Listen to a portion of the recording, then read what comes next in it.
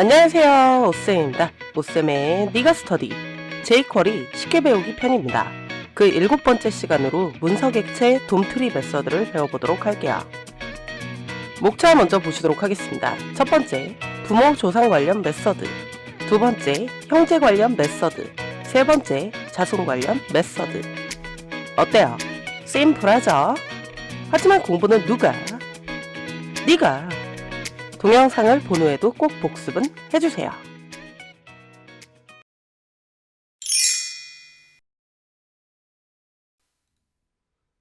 돔트리 메서드는 문서 객체의 선택이 이동되는 메서드들입니다. 흔히 가족관계의 선택을 의미합니다. 예를 들어서 div 태그 내부에 h1과 ul이 있고요. h1에 a 태그가 있고 ul에 li들이 이렇게 내부에 있다고 보도록 하겠습니다. 그러면 이 div 태그는요. h1과 ul의 부모입니다. 그리고 h1과 ul은 div의 자손인 거죠. 그리고 h1과 ul은 형제 관계입니다. 이런 것들을 돔트리, 즉 가족관계라고 부르는 거거든요. 그 관련해서 jQuery 부모조상 관련 메서드 문법을 먼저 보도록 하겠습니다. 메서드는 parent라는 메서드가 있어요. 부모를 바로 선택을 하는 거고요. parent는 조상을 선택합니다. parent는 매개 변수가 이렇게 없을 수도 있고 있을 수도 있어요. 매개 변수가 있으면 특정 조상을 선택을 하는 겁니다. 그리고 parent until이라고 있는데요. 조상들이 많다고 보면 어느 위치의 조상까지 선택을 한다라고 보시면 될 것 같고 실습을 통해서 더 자세히 볼 거고요. 정리는 누가? 여러분이 하셔야 되겠죠? HTML 문서의 바디 태그 내부에 보이는 것과 같이 태그들을 작성을 했습니다. li를 기준으로 보도록 할게요. li를 기준으로 ul은 부모입니다. 그리고 div는 할아버지죠.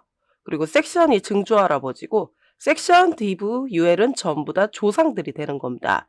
이렇게 처리가 되기 때문에 태그들은 반드시 탭 순서를 맞춰서 써줘야 돔트리 관계를 정확하게 볼 수 있습니다. jQuery 기본 플러그인 연결해 주시고요. 스크립트를 이번에는 헤드 내부에 쓸 거라서 풀 준비 구문을 써주세요. 반드시 쓰면서 외워주세요. 조상 전체를 선택을 해볼게요. 기준은 li라고 그랬죠?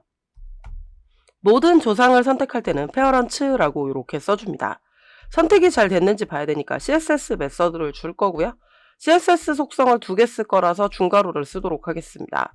그리고 패딩이라는 값을 20으로 줄 거고요. 단위를 안 쓰면 숫자로 쓸 수 있습니다. 그리고 바더를 통해서 처리를 할 거고요. 이건 문자열로 주셔야 되고요. 3픽셀 솔리드 블랙이라고 줘보도록 하겠습니다. 그렇게 되면 모든 요소에 이렇게 지금 들어가는 거 보이시죠? 테두리들이 들어가고 있습니다. 자세한 설명은 다 쓰고 나서 보여드리도록 할게요. 그러고 나서 특정 부모를 선택을 해보도록 하겠습니다. 부모를 선택을 하는 건 $기호를 쓰고요. li를 하고 parent라고 이렇게 써줍니다. 제가 아까 특정 부모라고 했는데 부모는 한 명밖에 없죠. 그렇기 때문에 특정이 아닙니다. 바로 위에 있는 걸 선택하는 거죠. ul 태그를 선택한다는 의미고요. 여기다가 또 css 메서드를 통해서 주도록 하겠습니다. 바더 컬러를 바꿔보도록 하겠습니다. 바더 컬러를 블루라고 줘볼게요. 그럼 이 li 태그들을 감싸고 있는 저 ul 태그가 파란색으로 바뀌는 거 보이시죠? 그 다음에 이번에는 특정 조상을 선택을 할 건데요. li 태그에 parents라고 씁니다. parents를 매개 변수 없이 쓰면 모든 조상을 선택을 하는 거지만 여기에다가 선택자를 직접적으로 쓰게 되면 특정 조상을 선택을 하는 거거든요. 섹션을 선택해 보도록 할게요. 그리고 css 메서드를 통해서요. 테두리 컬러를 빨간색으로 줘보도록 하겠습니다. 그러면 섹션 부분이 빨간색으로 저렇게 잘 바뀌는 거 보이시죠? 그러고 나셔서 parent until이라는 걸 좀 해볼 건데요. li 태그를 선택을 하고 parent until이라고 해보도록 할게요.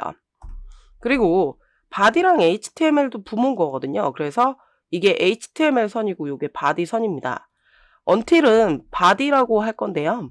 body는 선택되지 않고 그 전까지입니다. 그러니까 body의 전인 섹션까지만 선택이 된다는 거죠. 그러고 나셔서 css를 통해서 border 스타일을 바꿔볼게요. 대시드로 점선으로 바꿔보도록 하겠습니다. HTML이랑 바디만 남겨놓은 상태에서 바더 스타일들이 다 점선으로 들어가는 걸 확인할 수 있습니다. 제가 보기 좋으라고 그림으로 좀 표시를 해 봤는데요. 지금 보시면은 제일 처음에 생긴 선은 HTML입니다. 모든 걸 다 선택할 때 태그가 HTML부터 시작하기 때문에요. HTML에도 이렇게 테두리가 들어간 거고요. 그다음 건 body입니다. 그다음 게 섹션이었고 그다음이 div, 그다음에가 UL이었던 거죠. 요렇게 구조가 된다는 거를 잘 보시면 좋을 것 같습니다. jQuery 형식 관련 메서드 문법입니다. 시블링스라고 있는데요. 요거는 매개 변수 없이 작성하면 모든 동의 선택자를 선택을 합니다. 형제를 말하는 거죠. 그리고 매개 변수를 쓰면 특정 형제만도 선택이 가능합니다. 그 넥스트 계열들은요. 형제들이 있을 때 나를 기준으로 봤을 때 아래에 있는 동생들 같은 개념이죠. 그렇게 선택이 가능하고요. 프리브 계열들은 이전, 그러니까 형 관련 요소들을 선택할 수 있는 겁니다. 요거를 제가 지금 일일이 읽어드리진 않을 거고 실습을 통해서 좀 보여드리도록 할게요. 정리는 여러분이 한번 해주세요. body에 h1부터 h6까지 태그를 작성을 했습니다. 그리고 요번 기준은 h3 태그로 보도록 할게요. 그리고 스크립트 내부의 준비 구문은 축약 구문을 써놨으니까요. 여러분들은 쓰면서 외워주세요. 그러면 h3을 선택을 하겠다는 거죠. 그리고 모든 형제를 선택을 해보도록 하겠습니다. 그건 시블링스라고 하거든요. 그러고 나서 CSS 메서드를 통해서 폰트 사이즈를 30으로 바꿔볼게요. 그러면 H3은 형제가 아니고 나잖아요. 그러니까 나는 빼고 나머지 형제들의 글자 크기가 모두 30픽셀로 이렇게 바뀐 것을 확인할 수 있습니다. 근데 우리가 특정만 선택을 할 수도 있다 그랬죠? 그래서 Alt Shift 아래 방향키 누를게요. 그리고 여기다가 작은 따옴표 쓰신 다음에 매개 변수로 H6이라고 해서 특정을 선택을 해보도록 할게요. 그리고 폰트 스타일을 통해서 이탈릭으로 기울여 보도록 하겠습니다. 문자열은 작은 따옴표에 이렇게 적어주셔야 되겠죠? 그러면 마지막 것만 이렇게 기울어지는 거 확인되시죠? 그러면 H3을 기준으로 동생들을 선택을 해볼게요. 넥스트 관련인 거죠? 그래서 H3을 선택을 하신 상태에서 일단 넥스트라고 선택을 해보겠습니다. 넥스트는 H4 태그잖아요. 그래서 CSS 컬러를 레드로 한번 줘보도록 하겠습니다. 그러면 저렇게 바로 아래에 있는 것만 빨간색으로 바뀌는 거 보이시죠? Alt Shift 아래 방향키 누르고 Next All로 바꿔볼게요. 그럼 모든 동생들을 선택을 하는 거거든요. 그리고 나서 밑줄을 줘보도록 하겠습니다. 텍스트 데코레이션을 언더라인으로 줘보도록 할게요. 그러니까 모든 동생들한테 저렇게 밑줄이 들어가는 거 보이시죠? 그 다음에 특정 동생까지만도 선택을 할 수 있습니다. H3을 선택을 하고요. Next Until이라는 걸 줘서 H6을 선택하면요. H6은 선택되지 않고 H4와 5까지만 선택이 됩니다. 그래서 여기에다가 한번 CSS를 줘보도록 할 건데요. 이번엔 텍스트 인덴트를 통해서 들여쓰기를 해보도록 하겠습니다. 그래서 텍스트 인덴트 하고요. 여기다가 50이라고 적어볼게요. 픽셀 쓰면은 작은 따옴표에 넣어줘야 되니까요. 그럼 저렇게 들여쓰기가 되는데 마지막 H6은 들여쓰기가 안 되는 거 확인되시죠? 그럼 이번에는 형을 선택을 해보도록 하겠습니다. 위에 있는 코드를 그대로 다 복사를 할게요. 그러고 나셔서 프리브로 다 바꾸는 거죠.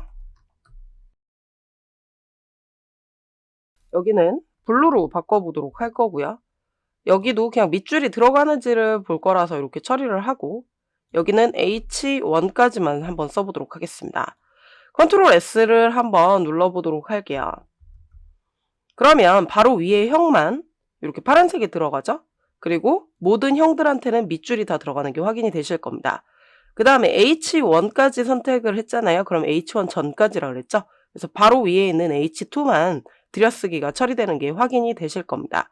이런 식으로 메서드들을 활용할 수 있습니다.